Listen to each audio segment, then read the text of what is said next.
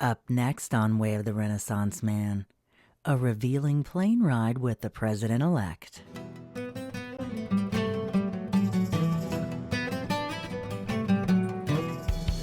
Welcome to the Way of the Renaissance Man podcast. This is a show about ideas, personal empowerment, and celebrating the rational life. Our goal is to help each other discover the tools needed to better focus our minds, integrate our thoughts with actions, and live the lives we really want. I'm your host, Jim Woods. What's it like to take a cross-country plane ride while sitting next to the now president-elect Joe Biden?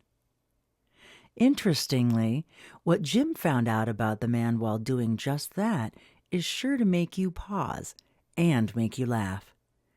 In this special audio essay, Jim reads his 2008 article, "We All Scream for Ice Cream, a Joe Biden Tale," a piece he wrote that details his impressions of then Senator Biden. Jim also adds a new introduction to the essay to put it in the proper, current context. If you want to find out more about one of our next president's rather peculiar habits, then this special audio essay is for you. And now, here's Jim's reading of We All Scream for Ice Cream, a Joe Biden Tale. It's been more than 3 weeks since America voted, and though the results have yet to be officially certified, it's a near certainty that former Vice President Joe Biden will be the next president of the United States. Now, while about half the country may not like this development, we need to accept that reality is reality. Or as Aristotle might put it, that A is A. Yes, President Trump has challenged the results in key battleground states, but the way it looks now, it's hard to see a path for the president to somehow win in the courts and be reelected. Now, that's not just my opinion. It's also the opinion of John Fund of National Review, who is probably the very best political analyst out there. I spoke with John about this during my November 6th appearance at the Post-Election Investment Summit in Las Vegas. And in the spirit of Las Vegas, John told me that, at this point, quote, Donald Trump would have to draw an inside straight in order to win, unquote. And while Trump did just that in 2016, the way it looks now, the president is likely to come up snake eyes. So, now that we have a president-elect Biden, I thought it timely to share with you my thoughts about a 6-hour-long interaction I had with the man from way back in 2008. The way I see it, it's important to get a sense of who a person is when the public isn't looking. And when you have a chance to exchange thoughts on a long cross-country flight, well, you can get to know someone in interesting ways. The following is a special audio version of my original written essay titled, We All Scream for Ice Cream, a Joe Biden Tale. You can tell a lot about a man by the way he eats.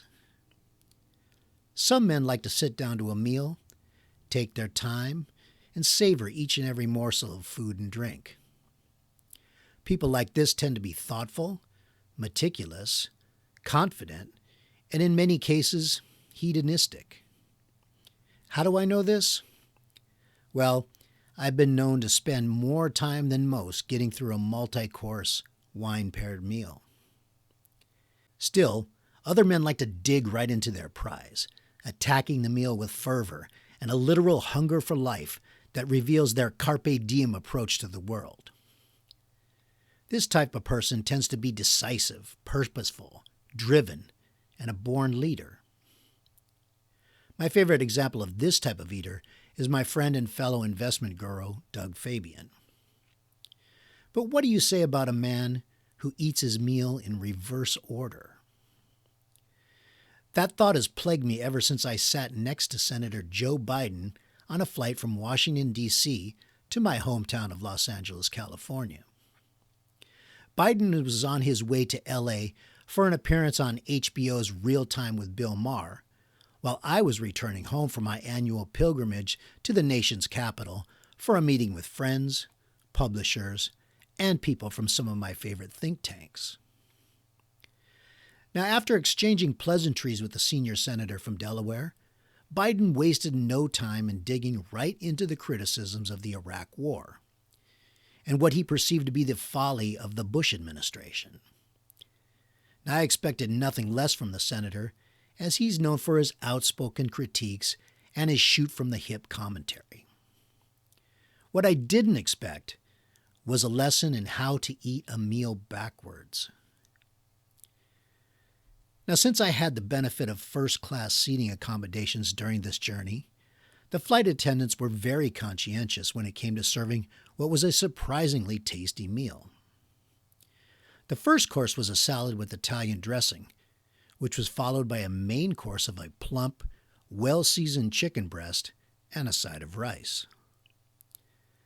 The best part of the meal for me was the dessert, which was a generous scoop of gourmet chocolate ice cream. I ate my meal with my usual casualness and in the aforementioned order. Senator Biden, however, took a very different path. Biden accepted the salad, but he put it aside and saved it for later. When the main course came, he politely rejected it. But when the ice cream was served, Biden's fervent personality really came out. He emphatically asked for a serving, although he had not yet eaten any food. Biden ate his ice cream while we discussed Kevin Phillips' book, American Theocracy, the then latest critique of the Bush administration's religious overtones. After eating the ice cream, Biden pulled out a hefty ham sandwich from his briefcase and consumed it in a deliberate and determined fashion. Once the sandwich disappeared, the senator turned to the only remaining bit of food left on his tray table, the salad. As I watched this reverse-order meal consumption, a thought occurred to me. Is this why the federal government is so screwed up? Is Senator Biden's backward approach to a meal indicative of what's wrong with Washington? Does this backwards eating pattern explain why the government does everything less efficiently and less effectively than the private sector? Given my theories on discerning knowledge of a person based on how they eat, what was I to make of Senator Biden's meal habits? The only logical conclusion is that Biden looks at the world, shall we say, differently from the rest of us. And while there is nothing wrong with a little different perspective on things, I don't think I want someone in the presidency who eats his ice cream first.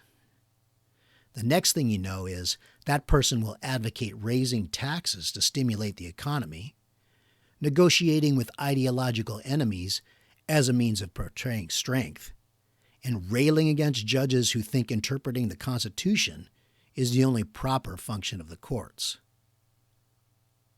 Wait a second. That's what Biden wants? I knew there was a reason why he ate the ice cream first. Jim Woods, November 25th, 2020. Way of the Renaissance Man podcast and lifestyle website are copyrighted 2020 by Jim Woods, all rights reserved. For more great interviews and Renaissance Man resources, visit wayoftherenaissanceman.com.